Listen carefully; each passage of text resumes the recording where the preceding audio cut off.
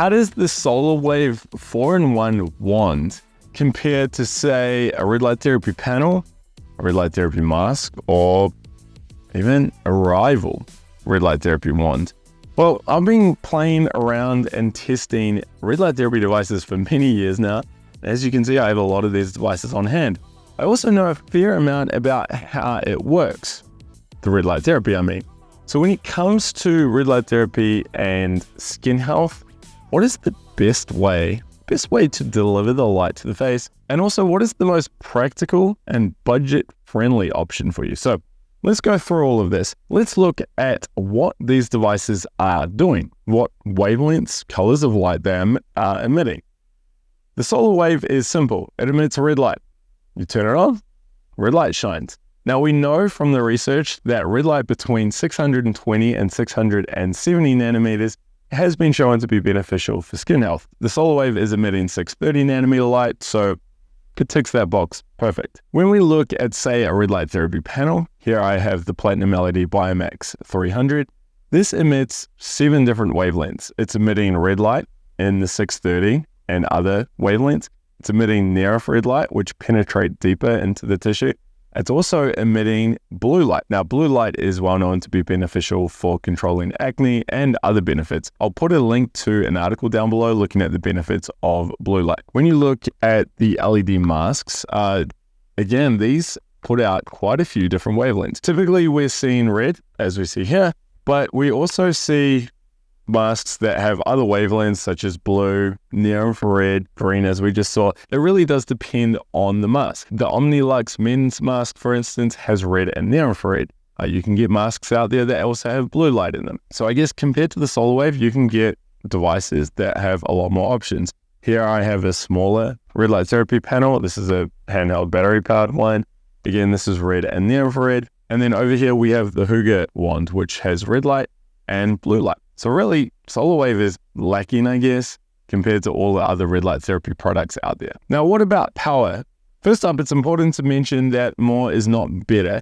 However, when you look at the literature, research is showing that anything from, say, 10 to 50 milliwatts over centimeter squared seems to be beneficial for skin health. The Solawave is at the bottom end of that scale.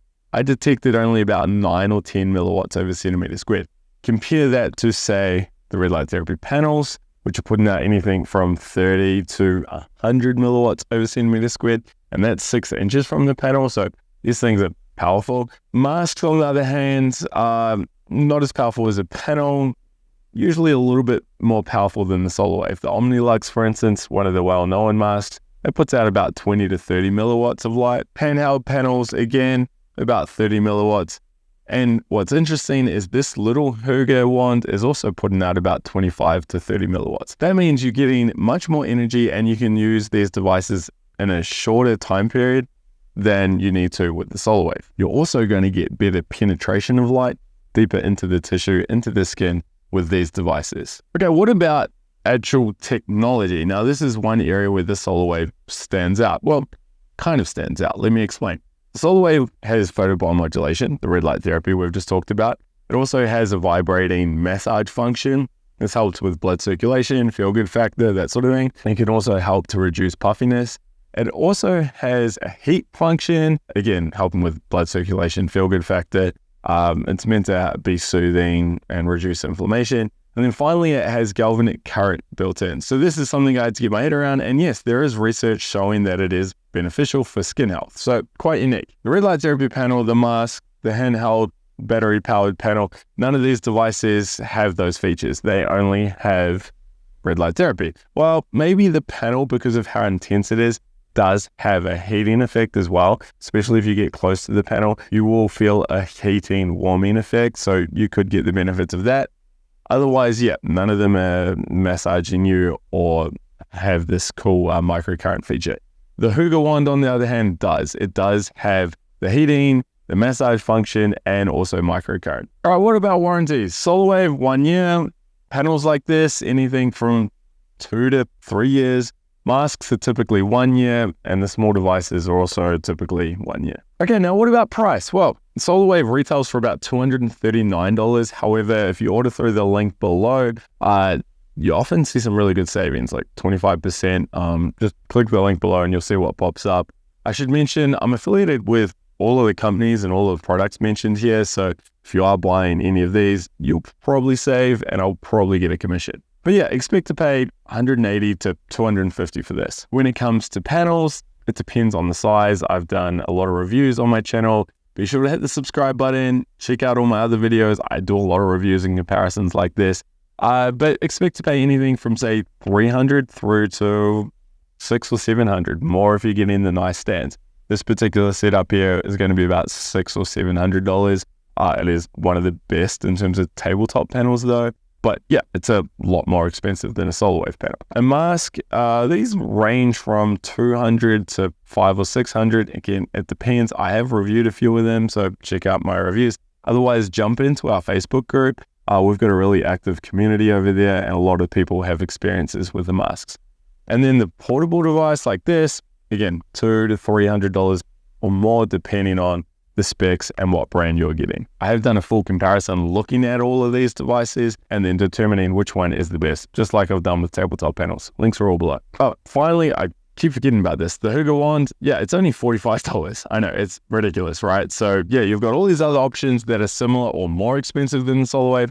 Then you have something that is very similar to the Solawave, not only in terms of functions and physical appearance, but it's also, well, no, I was going to say it's similar in price range. No, it's not. No, it's not. It's a lot cheaper than the Solawave. So if you're coming at this just looking for something super cheap that's going to put out some red light, then yeah, this is it.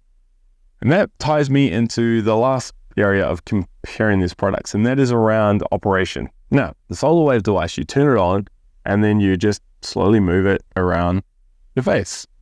You're meant to treat each area for a few minutes. You do this a couple times a week. One whole treatment should last anything from say 6 minutes to 12 minutes. To be honest with you, it's quite a long time when you're just, I don't know, feel like you're shaving your face. It is kind of pleasant. It's warming, it's massaging, and yeah, I mean, you know, it's working as well, but it does get a little bit boring. I left this on my desk and I find I pick it up when I'm reviewing a video or maybe on a phone call, and I just sort of doodle with it effectively. But if you're doing this, say, 5 times a week, I don't know, I question how many people will keep doing that for years on end.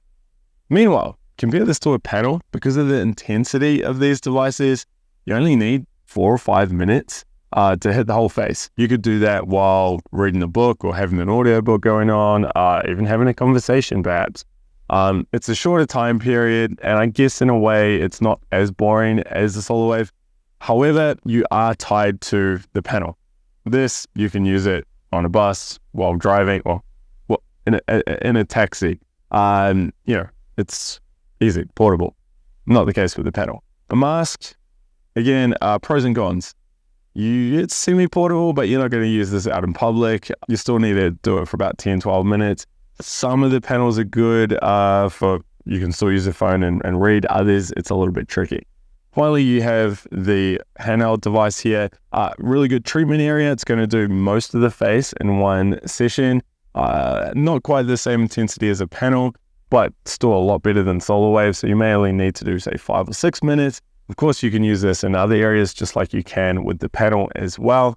And then, well, we have the Huga wand, which is going to be the same as the Solawave, though it is 3 times more powerful. So in theory, you should be able to use the Huga one for a shorter treatment time than the Solawave. Okay, so that's all the facts. I didn't really add much opinion there. Keen to hear your opinion. I guess though, if you just want some device that has red light therapy in it to treat the skin and you don't want to spend too much money, then maybe go with the Huga wand.